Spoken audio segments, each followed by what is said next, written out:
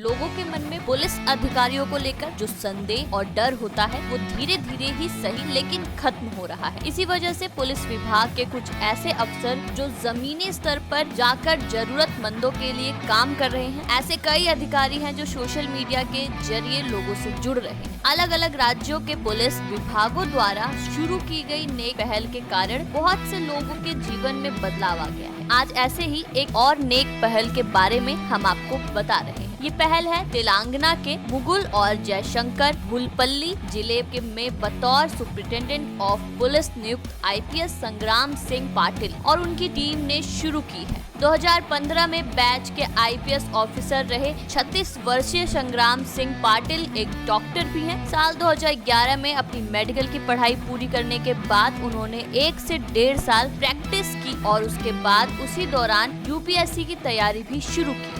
उन्होंने बताया कि मेरे पिताजी उस समय किडनी डायलिसिस के लिए अस्पताल में भर्ती थे और मैं उनकी देखभाल कर रहा था। मेडिकल की पढ़ाई पूरी हो गई थी लेकिन तब तक मैंने कहीं ज्वाइनिंग नहीं की। तब मेरे एक दोस्त ने मुझे सलाह दी थी कि मैं साथ साथ सिविल सर्विस की तैयारी कर सकती हूँ। पहले से ऐसी कोई योजना नहीं थी। इसके बाद पाटिल ने परीक्षा की तैयारी शुरू कर दी और दिल्ली के एक अस्पताल में प्रैक्टिस भी उन्होंने शुरू की, लेकिन नौकरी के साथ तैयारी करना काफी मुश्किल था। इसलिए उन्होंने अस्पताल छोड़कर 1-2 यूपीएससी कोचिंग इंस्टीट्यूट में मेडिकल से संबंधित विषय पढ़ाना शुरू किया और साथ साथ अपनी तैयारी करते रहे। तीसरे प्रयास में उनका परीक्षा में चयन हो गया और ट्रेंडिंग के बाद उन्हें तेलंगाना कैडर मिला। हालांकि आईपीएस बनने के बाद भी जैसे ही उन्हें डॉक्टर के रूप में अपनी जिम्मेदारी निभाने का मौका मिला तो वो इसमें जुट गए। अपने इस स्किल का उपयोग वो आदिवासियों की मदद के लिए कर रहे हैं।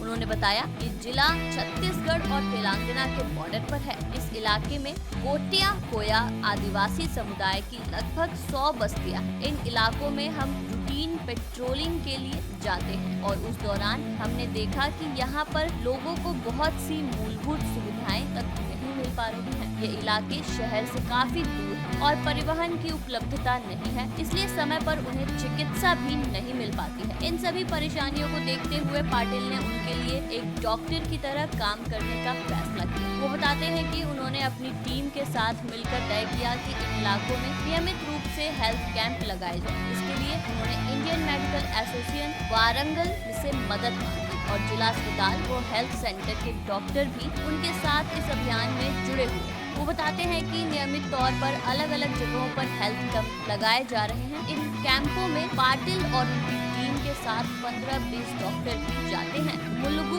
जिला अस्पताल के सुपरिटेंडेंट डॉक्टर जगदीश्वर ने बताया कि हम पिछले 1-1.5 साल से इस अभियान से जुड़े हुए हैं। मैंने अपनी टीम के साथ 5 मेगा हेल्थ कैंप किए। हर एक कैंप में हमने 1000 से ज्यादा लोगों का चेकअप किया है। 50 वर्षीय डॉक्टर जगदीश्वर कहते हैं कि इन लोगों तक पहुंचना आसान नहीं है। गुड्डी कोया समुदाय के ये लोग जंगलों में रहते हैं, जहाँ तक पहुँचने के लिए आपको काफी दूर तक पैदल भी चलना पड़ता है। अगर आप वहाँ तक पहुँच भी जाए तो इन लोगों से बात करना आसान नहीं है क्योंकि इनकी भाषा भी बहुत अलग है। उन्होंने बताया कि 2019 में मुलुगु जिले का गठन हुआ और तब से ही उन्होंने इस जिले और आसपास के इलाकों में काम शुरू कर दिया था। उन्होंने कहा कि सबसे पहले सभी आदिवासी बस्तियों के ऐसे बच्चों की सूची बनाई गई जो 10वीं या 12वीं में पढ़ रहे थे या जो फेल हो गए थे या दोबारा परीक्षा में बैठने वाले थे। इन सभी बच्चों को हम हर रविवार अलग अलग पुलिस चौकी पर बुलाने लगे, जहाँ पर इन्हें पढ़ाया जाता था और साथ ही